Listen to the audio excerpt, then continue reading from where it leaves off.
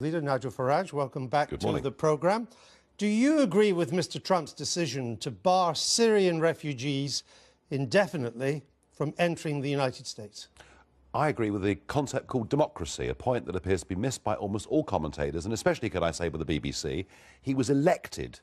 He was elected to get tough. He was elected to say he would do everything within his power to protect America from infiltration by ISIS terrorists. Now, you know, there are 7 countries on that list.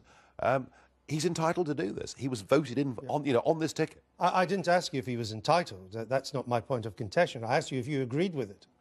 Well, I do, because I think that if you just look at what is happening in France and Germany, if you look at Mrs. Merkel's policy on this, which was to allow anybody in virtually from anywhere, look what it's led to.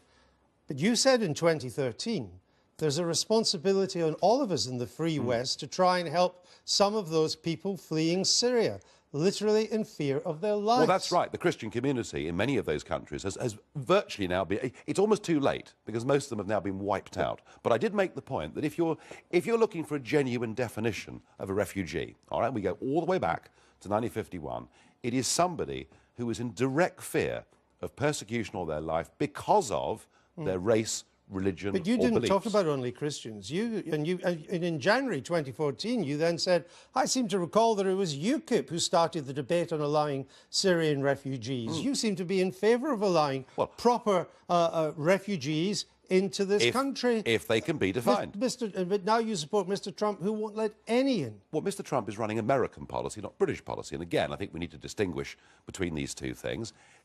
I mean, frankly, since I made those comments, we had the Merkel madness, all right? And I think that Trump's policy, in many ways, has been shaped by what Mrs. Merkel did. He's fully entitled to do this. And as far as we're concerned, in this country, yes, I would like to see extreme vetting. Since 9/11, and including 9/11, can you name any terrorist event in the United States that it's involved refugees who've been allowed into the country? No, in fact, the terrorist events that have happened in America have been US citizens who've been radicalised whilst in America. Not refugees? No. But when you've got a problem already, why on earth would you wish to add to it? And I would remind you that of the 8 people that committed those atrocities in Paris, 5 of them had got into Europe posing as refugees. So, yes. so there is an issue here. There is, but perhaps not for America, because America has the most rigorous and lengthy refugee screening process in the world, especially for Syrians. You have to register with the UN Agency for Refugees. That agency then recommends certain names to America. They then have to go through biometric screening, database screening, intelligence screenings, including 4 separate intelligence agencies screen you. Each one not allowed to talk to the other. Only one, if one comes out against you, you don't get in. Indeed, you're banned for life. How more rigorous would you want it to be? It's much more rigorous than we are, or the rest of Europe is. So what's the need for a ban? This is why we have elections, Andrew. We have elections so that voters can make choices, and they voted for Donald Trump to become president, and he said he would put bans in place and then move towards extreme vetting. Now, as far as Syria is concerned, he's made that decision, but that's what he was voted in for, and I really can't quite understand. I'm asking how, since you know him, you've met him, you're a confidant of his, I'm testing you on the logic of it. Not that he's democratically elected. I'm not asking you about that. The logic I'm trying of it to get the case, particularly since if you take the 7 countries on which the ban applies for 90 days, again, of these 7 countries, its citizens have not been involved in terrorist attacks in the United States. And, of course, it would be a mistake to say that it's just Muslim countries, because the biggest Muslim countries in the world, of course, have not been included in this. Look, the point is, they have made this assessment. They've bought themselves 90 days to think about the policy. This is exactly what Trump's voters would have wanted him to do.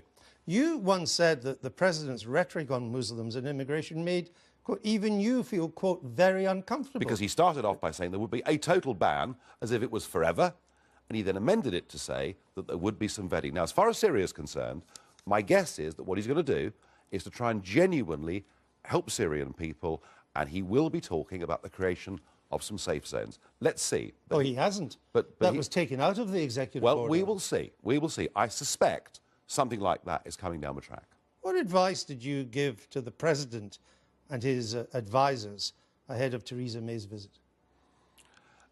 that I wanted us to talk about trade, and that I wanted to give the Prime Minister the impression that actually, when she's been surrounded for a whole career by civil servants and politicians who say that everything takes 5 years, or 7 years, or 10 years, to make it clear to the Prime Minister that actually, if there's will, these things can be done quickly. But isn't there a great danger for a British Prime Minister who has to deal with the President of the United States? Realpolitik, I understand that. But to ally herself so closely with such an unpredictable, such a controversial president, banning Muslims in certain ways and refugees, building a wall with Mexico, threatening trade wars with other countries, thinking of ending sanctions against Russia? I'm really missing something here. What is controversial about defending the Mexican border? I mean, Bill Clinton spoke in very tough terms about this. George Bush built 600 miles of fence, and because it's Trump, there's uproar. I find this extraordinary. So you think there's no risks for a British Prime Minister in being the best friend of this particular president? I think there is absolutely no risk in putting together a trade deal, and there is absolutely no risk in her being the bridge between America and the rest of NATO to say to NATO members, if you don't pay your 2%, he's serious. So no, on those things, there's no risk at all. It was clear from her Lancaster House speech that the Brexiteers in the government had won pretty much every argument in terms of the negotiations to come out. What do you want from her now that she hasn't given you on Brexit? Delivery. She was very good as Home Secretary. Do you remember those wonderful speeches? Tory party conferences, the Tory press saying this was the new Thatcher, and actually she failed completely and utterly. She even failed to control immigration from outside the European Union. So yes, it was a good speech, and it was for many of us on the Eurosceptic side of the argument, I mean, I could scarcely believe. Well, she gave you everything. I could scarcely believe that a British Prime Minister was saying things for which I had been roundly abused and vilified. But I have a feeling we may be in for a very frustrating 2017. The mood, as I can see it in Brussels, is that negotiating with Britain is not a priority. They're far more worried about Dutch elections, French elections, German elections, and possibly even Italian elections. And I worry that by the end of this year, we may not have made very much progress. Now, that is why the Trump visit suddenly brings things into focus. What if, and we've agreed to start these talks immediately, what if, by the middle of June, for argument's sake, the Americans say, OK, we've reached this position with the British, we've compromised on the tough stuff, food standards and things like that, we're ready to sign a deal now. And then May has to say, well, actually, Mr. Juncker says, I can't sign this until we leave. Oh, you can't? Well, you can. I mean, what could they do to us? They can't throw us out. We're leaving anyway. No, but everyone agrees, including the government, that you can talk about a deal, though there's some doubt about that. You could maybe even do a heads of agreement. But you cannot sign a treaty until we've left the EU. Well, let me predict that by the end of this year, we will find a European Union who frankly don't want to talk to us, and we'll find countries all around the world that want to get on and do things. And that is going to be, I think, the big tension for May over the course of this year. But if the Prime Minister is giving you everything you want on Brexit, I take the point about delivery, but at least you agree that she is trying to get, from your point of view, the right things. If she does deliver on that, if she gets Brexit on the terms of which you approve, what's the point of UKIP? Oh, you could argue that about any political party. Parties are formed, and if we've achieved, the goal that we set out to achieve, there are right now out there 4 million people who are absolute UKIP loyalists. They are delighted that by voting UKIP, we got a referendum. They'll be even happier if they see us leave the European Union.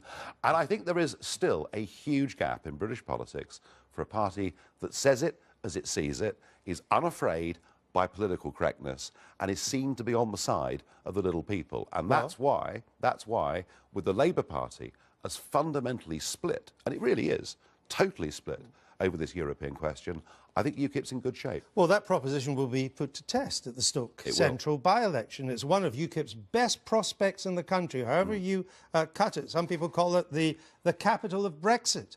Labour's in chaos over Article 50, as you've pointed out. It's picked a candidate to fight Stoke Central who's described Brexit as a pile of merde, I use the French word. The Tories don't seem to be trying. They've got their eyes on Copeland. If your successor, Paul Nuttall, who is fighting this seat, if he can't win the Stoke by-election, there's not much hope for you, is there? Well, I think he will. I've always been told never make predictions, but I like making predictions. I think Paul will win Stoke. And if he doesn't? If he doesn't, it'll be tough. If he doesn't, we'll still have our 4 million loyalists. If he does, then we can actually see that Labour are beatable in their heartlands, and I think UKIP will be off to the second very big stage of its history. Nigel Farage, thank you for being with us.